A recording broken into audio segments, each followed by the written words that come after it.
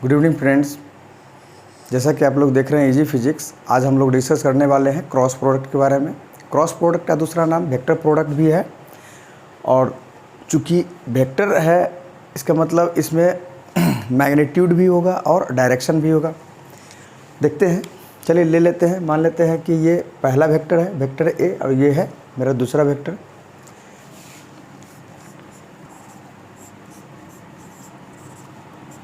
दो वेक्टर का cross product क्या कहता है कि पहला का मॉड, पहला वेक्टर का मॉड फिर दूसरा वेक्टर का मॉड इनटू साइन थीटा।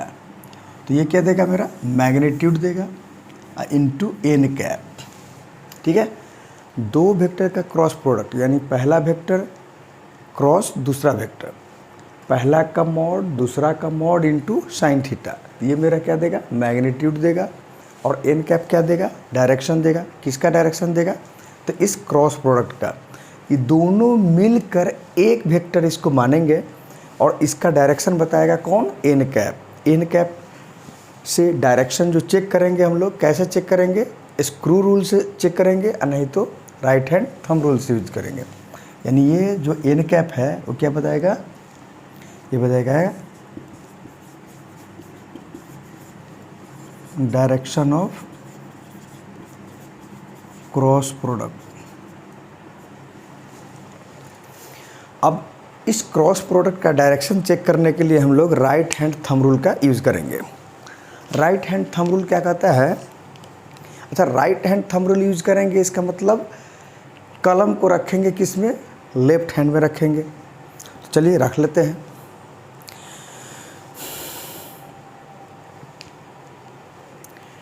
मान लेते हैं ये मेरा पहला वेक्टर है और ये मेरा दूसरा वेक्टर है। तो राइट हैंड थंब रूल क्या कहता है, right hand thumb rule use करने के लिए हम लोग लेफ्ट हैंड में कलम रखेंगे। तो राइट हैंड थंब रूल कहता है कि पहला वेक्टर को, मतलब फोर फिंगर को किधर रखेंगे, पहला वेक्टर की तरफ रखेंगे। इस प्रकार रखेंगे कि दूसरा वेक्टर की तरफ आसानी से मुड़ जाए, फोल्ड कर जाए। तब थंब का डायरेक्शन क्या बताएगा, क्रॉस प्रोडक्ट का डायरेक्शन बताएगा। ठीक है, तो राइट हैंड थंब रूल कहता है फोर फिंगर को पहला वेक्टर के तरफ इस प्रकार रखेंगे। अब ज़रा देखिए, तो ये मेरा पहला वेक्टर है, ये मेरा दूसरा वेक्टर है। तो फोर फिंगर को अगर हम पहला वेक्टर के तरफ ऐसे रखेंगे तो क्या होगा, आसानी से ही मुड़ेगा, नहीं मुड़ेगा, उंगली टूट जाएगा, लेकिन क्रॉस प्रोडक्ट नहीं सीख पाएंगे। ऐसे रखेंगे तो क्या होगा, तब भी दिक्कत है। ऐसे नहीं रखेंगे, ऐसे नहीं रखेंगे, ऐसे रखते हैं तो क्या होगा, आसानी से दूसरा वेक्टर की तरफ मुड़ जा रहा है। ठीक है, तो फोर फिंगर को पहला वेक्टर के तरफ इस प्रकार रखेंगे कि दूसरा वेक्टर के तरफ आसानी से मुड़ जाए। तब मेरा थंब का डायरेक्शन क्या बताएगा, क्रॉस प्रोडक्ट का डायरेक्शन बताएगा। चलिए, तो हम एक लाइन डेफिनेशन भी लिख सकते हैं।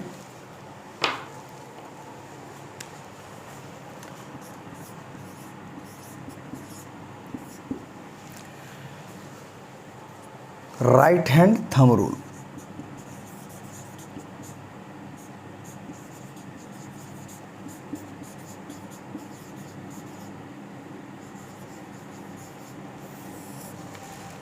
राइट हैंड थंब रूल क्या कहता है कि फोर फिंगर को इस प्रकार पहला वेक्टर की तरफ रखेंगे कि आसानी से दूसरा वेक्टर की तरफ मुड़ जाएगा। ठीक है, तो अब इसको ट्रांसलेट कर लीजिए।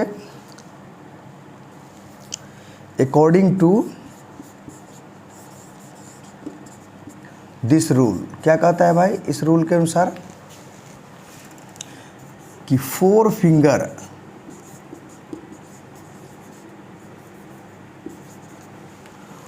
finger is kept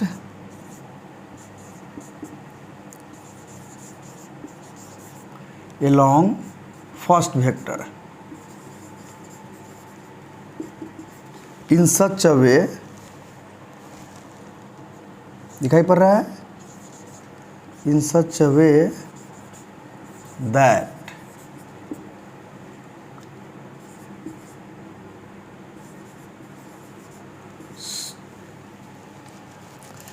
in such a way that it folds, यानी forefinger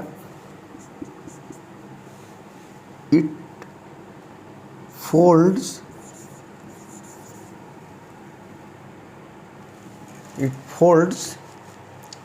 easily towards, दिखाई पड़ रहा है, easily towards second vector. Then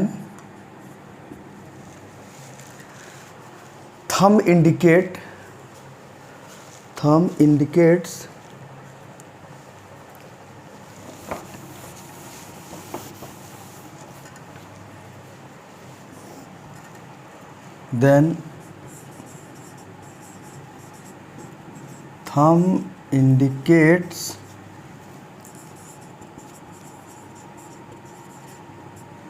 direction of cross product.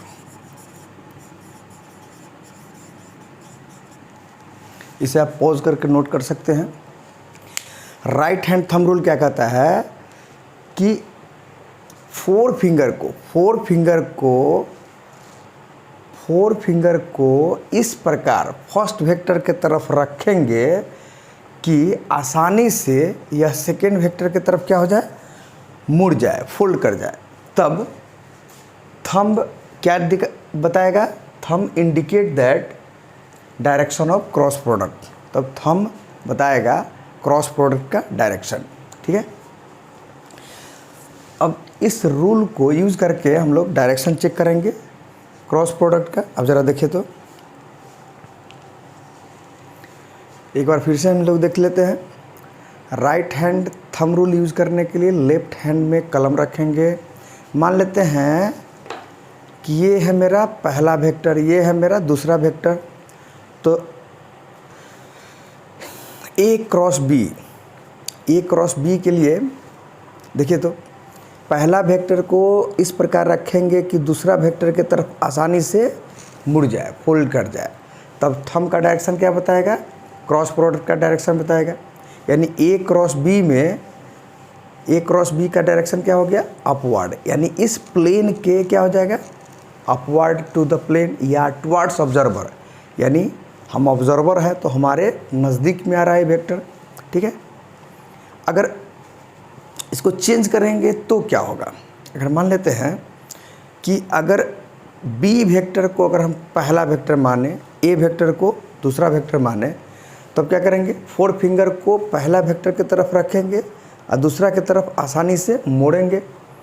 तो थंब का डायरेक्शन क्या बताएगा, क्रॉस प्रोडक्ट बताएगा। यानी बी क्रॉस ए, और ये क्या बता रहा है, इनटू द प्लेन या अवे फ्रॉम ऑब्जर्वर। इस प्लेन के नीचे, अंदर, या कह सकते हैं ऑब्जर्वर से दूर जा रहा है। ठीक है, तो इस प्रकार हम लोग क्रॉस प्रोडक्ट का डायरेक्शन हम चेक कर सकते हैं। इसका इस्तेमाल, इसका यूज कहाँ करते हैं, तो हम लोग इलेक्ट्रोस्टैट में अभी देखेंगे कि टॉर्क का डायरेक्शन देखने के लिए हम लोग इसका इस्तेमाल करेंगे, और मैग्नेट वगैरह में भी यूज़ करेंगे। चलिए, जहाँ जहाँ दो वेक्टर का क्रॉस प्रोडक्ट होगा वहाँ हम लोग राइट हैंड थंब रूल का यूज़ करेंगे। अच्छा, स्क्रू रूल क्या कहता है, देखिए, अगर मान लेते हैं ये पहला वेक्टर है, ये दूसरा वेक्टर है, तो स्क्रू रूल कहता है कि पहला वेक्टर से दूसरा वेक्टर की तरफ ले जाएंगे। तो अगर एंटी क्लॉकवाइज होगा तो सोचिए, स्क्रू को अगर हम एंटी क्लॉकवाइज अगर हम घुमाएंगे तो क्या होगा, वो नट खुल के हमारे पास आएगा। क्या होगा, हमारे पास, यानी टुवर्ड्स ऑब्जर्वर आएगा। अगर क्लॉकवाइज घुमाएंगे तो क्या होगा, तो नट वो कसाएगा, मतलब हमसे दूर जाएगा। ठीक है, यानी अवे फ्रॉम ऑब्जर्वर कह सकते हैं। चलिए, तो हम लोग इस प्रकार से राइट हैंड थंब रूल या स्क्रू रूल यूज़ करके हम लोग क्रॉस प्रोडक्ट का डायरेक्शन चेक कर सकते हैं। अब हम लोग इसका इस्तेमाल कर लेते हैं थोड़ा सा। एक बार फिर से देख लीजिए, दो वेक्टर का क्रॉस प्रोडक्ट यानी vector A cross vector B, vector A cross vector B क्या कहता है, पहला का मॉड दूसरा का mod into sine theta into n cap. तो ये तो मेरा मैग्नीट्यूड देगा किसका, इस क्रॉस प्रोडक्ट का, और ये क्या बताएगा, डायरेक्शन बताएगा, क्रॉस प्रोडक्ट का डायरेक्शन बताएगा। डायरेक्शन चेक करने के लिए हम लोग क्या यूज़ करेंगे, right hand thumb rule use करेंगे या स्क्रू रूल यूज़ करेंगे। ठीक है, चलिए हम लोग थोड़ा सा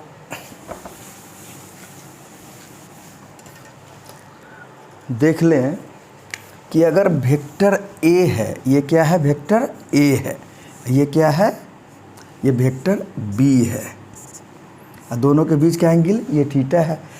तो देखिए, तो ये थंब कहाँ जा रहा है, इस प्लेन के अपवर्ड, या कह सकते हैं टुवर्ड्स ऑब्जर्वर।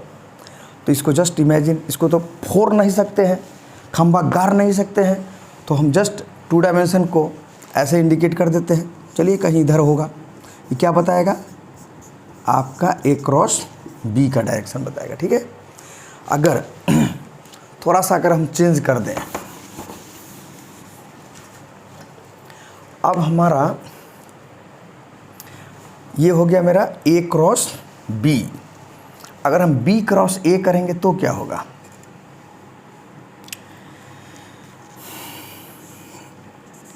इसको ज्यों का त्यों रहने दीजिए, ए बी, लेकिन अब हमारा क्या हो जाएगा,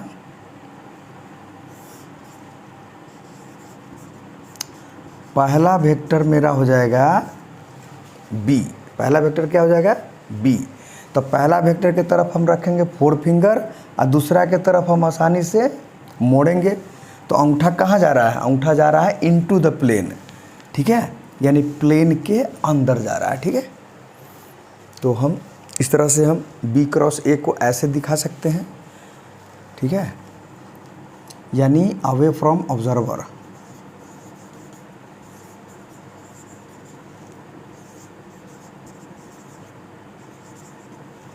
ये हम कह सकते हैं टुवर्ड्स ऑब्जर्वर।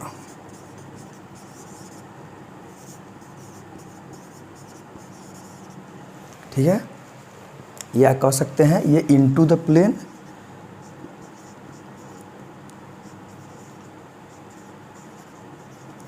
प्लेन के अंदर, इसको हम कह सकते हैं अपवर्ड टू द प्लेन। ठीक है, अब इस तरह से हम लोग क्रॉस प्रोडक्ट का यूज़ कर सकते हैं।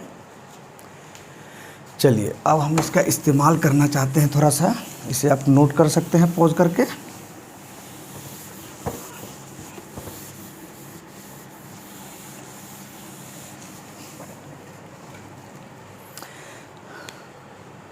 एक ऑर्थोगोनल यूनिट वेक्टर होता है, क्या होता है, ऑर्थोगोनल, यानी ऑर्थोगोनल यूनिट वेक्टर उसको कहेंगे एक्सिस के अलोंग। ये एक्स एक्सिस है, ये वाई एक्सिस है और ये है जेड एक्सिस। ठीक है, तो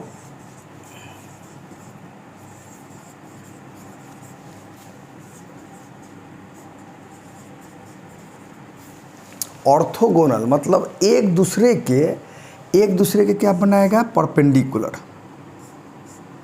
ठीक है,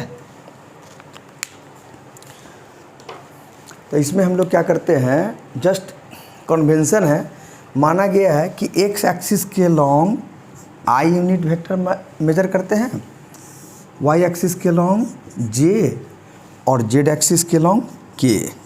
ठीक है,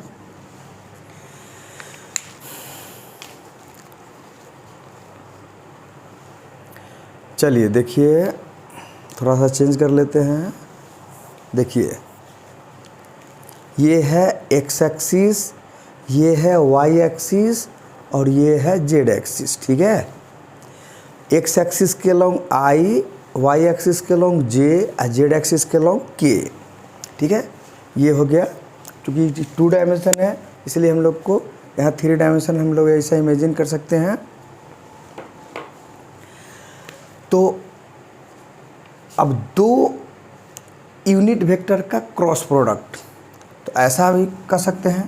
अगर सिमिलर रहेगा तो क्या होगा, सिमिलर यानी कि आई क्रॉस आई।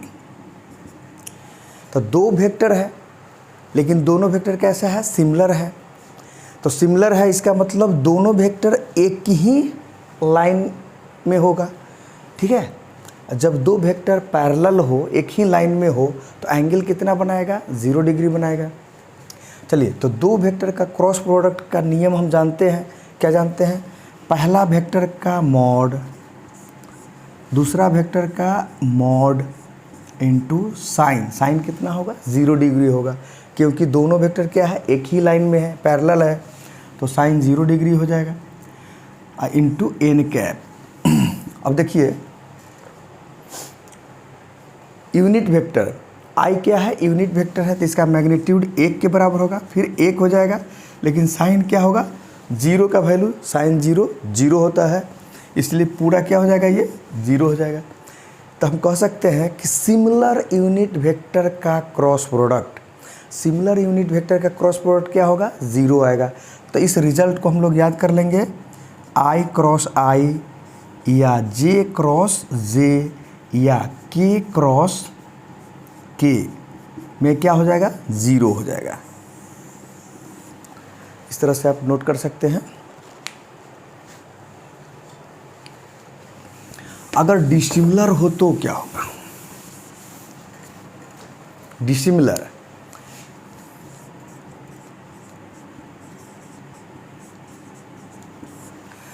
यानी एक आई तो दूसरा जे। देखिए तो नियम क्या कहता है कि आई का यानी पहला वेक्टर का मॉड फिर दूसरा वेक्टर का मॉड इनटू साइन। साइन क्या होगा, थीटा होगा। क्या चीज़, आई और जे के बीच कितना एंगल बन रहा है, 90 डिग्री बन रहा है, तो साइन क्या हो जाएगा, 90 डिग्री हो जाएगा, ठीक है। अब एन कैप, एन कैप क्या बताएगा, डायरेक्शन बताएगा। किसका डायरेक्शन बताएगा, तो आई क्रॉस जे यानी दो यूनिट वेक्टर का क्रॉस प्रोडक्ट का डायरेक्शन बताएगा। डायरेक्शन देखने के लिए हम लोग क्या करेंगे, right hand thumb rule use करेंगे। देखिए तो राइट हैंड थंब रूल क्या कहता है, पहला वेक्टर मेरा क्या है, आई है, तो आई के तरफ 4 फिंगर को रखेंगे इस प्रकार कि जे के तरफ आसानी से मुड़ जाए। तो जे के तरफ आसानी से मुड़ जाएगा तो अंगूठा कहाँ जाएगा, अंगूठा जा रहा है पॉजिटिव जेड एक्सिस की तरफ, यानी टुवर्ड्स ऑब्जर्वर, ठीक है। तो आई क्रॉस जे अगर होगा तो इसका क्रॉस प्रोडक्ट का डायरेक्शन क्या बताएगा, के, ठीक है, यानी के बताएगा। तो हम क्या कर सकते हैं, आई यूनिट वेक्टर है तो इसका मैग्नीट्यूड 1 होगा, जे यूनिट वेक्टर है तो इसका मैग्नीट्यूड 1 होगा, साइन 90 डिग्री का वैल्यू 1 होगा, और क्या हो जाएगा ये के। तो हम कह सकते हैं कि अगर आई क्रॉस जे होगा तो आई क्रॉस जे बराबर क्या कर सकते हैं, के, ठीक है। उसी तरह से अगर जे क्रॉस के हो, जे क्रॉस के, जे क्रॉस के, जे क्रॉस के, तो हम क्या करेंगे, जे का मॉड के का मॉड इंटू साइन 90 डिग्री, और फिर इसका डायरेक्शन चेक कीजिए, जे क्रॉस के। तो पहला वेक्टर किधर रखेंगे, 4 फिंगर को रखेंगे पहला वेक्टर की तरफ और दूसरा वेक्टर की तरफ मोड़ेंगे। अच्छा जेड तो ये है ना, तो ऐसे मोड़ेंगे, ऐसे, तो अंगूठा कहाँ जाएगा, आई के तरफ, ठीक है। तो क्या हो जाएगा, आई।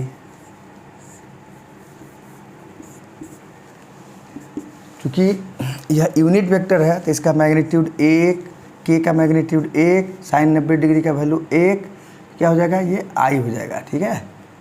तो हम इसको कह सकते हैं जे क्रॉस के को क्या कहेंगे, आई कह देंगे। इसी तरह से हम लोग यूज़ करेंगे K cross I, K cross I। देखिए तो दो वेक्टर का क्रॉस प्रोडक्ट क्या होता है, पहला का मॉड दूसरा का मॉड इंटू साइन। साइन कितना होगा, 90 डिग्री। देख लीजिए K क्रॉस I, यानी K क्या हो गया, ये हो गया, ठीक है, ऐसे हो गया। और दूसरा वेक्टर हो गया I, तब पहला वेक्टर के तरफ रखेंगे 4 फिंगर और दूसरा के तरफ मोड़ेंगे तो क्या होगा, J जाएगा, अंगूठा का डायरेक्शन J के तरफ जाएगा, तो क्या हो जाएगा, यानी इस क्रॉस प्रोडक्ट का डायरेक्शन क्या हो जाएगा, J के तरफ हो जाएगा। तो हम कह सकते हैं K का मॉड यानी 1 हो जाएगा, I का मॉड यानी 1, साइन 90 डिग्री 1, ये क्या हो जाएगा, J। तो हम कह सकते हैं K क्रॉस I बराबर J हो जाएगा। इसको आप नोट कर सकते हैं।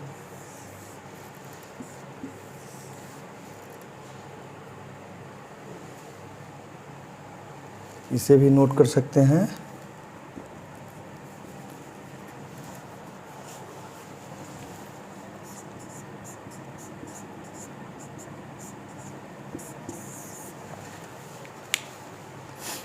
तो हम अब यहाँ से एक कंक्लूजन निकाले हैं कि अगर एंटी क्लॉकवाइज जाएंगे, क्या जाएंगे, अगर एंटी क्लॉकवाइज जाएंगे, एंटी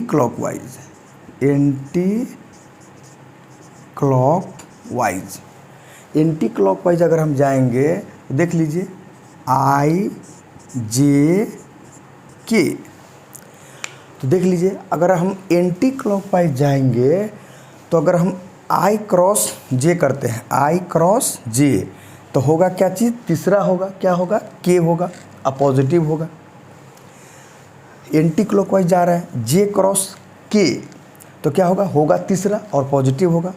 तो J क्रॉस K में तीसरा होगा क्या, I होगा। उसी तरह से फिर K cross I, anti clockwise जा रहा है K क्रॉस I, तो क्या होगा तीसरा J और पॉजिटिव होगा। लेकिन अगर हम क्लॉकवाइज जाएंगे तो क्या होगा, अगर हम क्लॉकवाइज जाएंगे, उल्टा जाएंगे, I क्रॉस J ना करके हम I क्रॉस K करें, I क्रॉस K अगर करें उल्टा, तो क्या हो जाएगा, रिवर्स में होगा तीसरा लेकिन निगेटिव होगा। वो कैसे होगा, ज़रा देख लीजिए। अगर हम ये मान ले कि ये एक्स एक्सिस है, पॉजिटिव एक्स एक्सिस है, ये पॉजिटिव वाई एक्सिस है और ये पॉजिटिव जेड एक्सिस है, ठीक है, तो हम कह सकते हैं कि I यानी उल्टा करना चाह रहा है, यानी I क्रॉस के करना चाहें तो क्या हो जाएगा, पहला वेक्टर I, दूसरा वेक्टर Z की तरफ क्या होता है K, तो क्या हो जाएगा, ये पॉजिटिव J है, पॉजिटिव वाई एक्सिस है, तो इधर देखिए तो थंब आ रहा है मेरे पास, यानी निगेटिव वाई एक्सिस की तरफ हो जाएगा, यानी उल्टा हो जाएगा। तो हम इसको डायरेक्ट कंक्लूजन याद कर सकते हैं कि अगर एंटी क्लॉकवाइज जाएंगे तो दो यूनिट वेक्टर का क्रॉस प्रोडक्ट होगा, तीसरा पॉजिटिव होगा। लेकिन अगर हम क्लॉकवाइज जाएंगे, दो यूनिट वेक्टर का क्रॉस प्रोडक्ट होगा तीसरा, लेकिन क्या होगा, निगेटिव होगा। तो क्लॉकवाइज में निगेटिव, एंटी क्लॉकवाइज में पॉजिटिव, इस तरह से हम लोग चेक कर सकते हैं। चलिए, तो इस रिज़ल्ट को हम याद करेंगे, जहाँ यूज होगा वहाँ हम लोग इस्तेमाल कर सकते हैं। तो क्रॉस प्रोडक्ट उम्मीद करता हूँ कि आपको समझ में आ गया होगा। Right hand thumb rule use करेंगे या स्क्रू रूल यूज़ करेंगे। So thank you.